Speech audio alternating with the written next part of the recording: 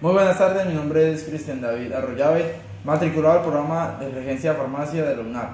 En esta oportunidad voy a hablar sobre los temas vistos en las dos unidades de la materia de Introducción a la Regencia de Farmacia. Empezar a hablar sobre la pretarea y la primera actividad de la unidad número 1, los cuales hablaban sobre la historia de los medicamentos y la farmacia. En los cuales tocaba el tema desde las comunidades primitivas hasta la época, donde estas personas utilizaban medicamentos naturales para curar las enfermedades. Tenemos una serie de culturas en orden cronológico, de las cuales también voy a hablar. Una de ellas es Egipto, aproximadamente 3150 años antes de Cristo. Ellos tenían, para cada parte del cuerpo donde hubiera una enfermedad, tenían una persona especializada que se encargaba de esto. Esta era la cultura de ellos, donde también utilizaban medicamentos, medicinas de origen natural.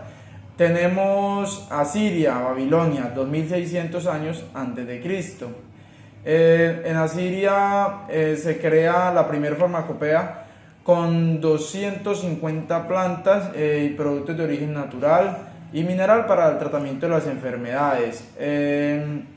Las personas de Asiria tenían la creencia de que la enfermedad iba arraigada con el pecado, que era consecuencia del pecado. Tenemos también Israel, 1209 años antes de Cristo. Los israelitas tenían la costumbre tenían hábitos de higiene y de buena alimentación antes que el uso de los medicamentos. Ya el uso de medicamentos era posterior a esto. También desarraigaron las mitologías y pusieron a su dios Yahvé como el único dios de la salud. Era la concesión de ellos. Tenemos las civilizaciones primitivas 300 años antes de Cristo. Las civilizaciones primitivas eran caracterizadas porque la medicina la practicaban los brujos y los chamanes, ya que estas personas en aquel entonces tenían conocimientos básicos sobre plantas y medicina natural. Ellos eran los que utilizaban esto. En China, aproximadamente 221 años antes de Cristo, empezaron a aparecer los primeros establecimientos donde se vendían medicamentos, se puede decir farmacias, era medicina natural. Y se empezó a crear personas, a educar personas, a estudiantes que pudieran administrar estos negocios. También tenemos que China creó su farmacopea también con diferentes clases de plantas y medicamentos. En la India, aproximadamente 200 años antes de Cristo, se quita la concepción de que la medicina era practicada por brujos y chamanes y que tenía que ser practicada por facultativos, gente sabia que tuviera conocimiento real sobre este tema. Y se impulsa también la fitoterapia, que es la práctica curar enfermedades a base de medicamentos naturales, plantas, aceites, cosas vegetales. En esto consistía. También crearon artículos que al sol de hoy son todavía importantes, como era el Samhita o el Corpus, que al sol de hoy siguen todavía importando demasiado y han aportado a la historia del desarrollo de la medicina. Vimos también cómo antes de la guerra en Alemania se dieron los primeros laboratorios, se crearon los primeros laboratorios como lo fue Bayer y en ese tiempo Noll.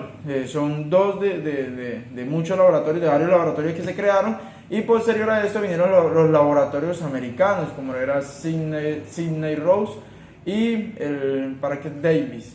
Parker Davis también eran laboratorios que se crearon en América. Bueno, en la unidad número 2 hablamos sobre la ley 485 de 1998 que reglamenta la profesión del regente de farmacia.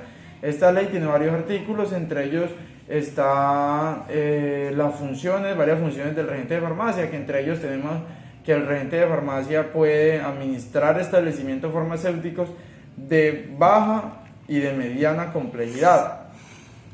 También puede elaborar en establecimientos que sean de empresas de salud, hospitalarias. También el regente de farmacia puede apoyar al químico farmacéutico en procesos de investigación cuando éste así lo requiera. Esta ley también nos habla sobre el artículo donde dice que el regente también puede ejercer la docencia, siempre y cuando esté en su rama, puede ejercer la docencia, puede capacitar a las demás personas.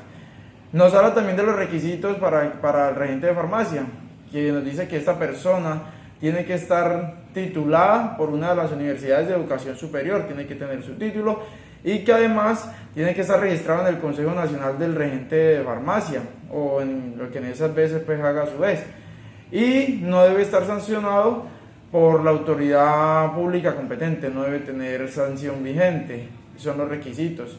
También nos habla sobre la vigilancia y el control que se va a ejercer sobre los establecimientos farmacéuticos. Nos habla del ejercicio ilegal, que dice que las personas que no tengan un certificado, pues es ejercicio ilegal. Y también cuando haya personas que sí lo tengan, pero que tengan alianza con estas personas, va a ser también catalogado como ilegal. También se crea con esta ley un Consejo Nacional de Regentes de Farmacia. De esto más que todo lo que trata los artículos de la ley 485. Nos habla además también en la unidad número 2 sobre alguna información referente al programa de regencia de farmacia que dicta la UNAP, y nos da el perfil del estudiante y del egresado del programa tecnológico en regencia de farmacia, que busca crear la universidad con esas personas que están estudiando al momento de llevar el curso y cuando estas personas se gradúan. Esto es lo que hemos visto en el transcurso de la materia de Introducción a la Regencia de Farmacia. Muchas gracias por la atención brindada.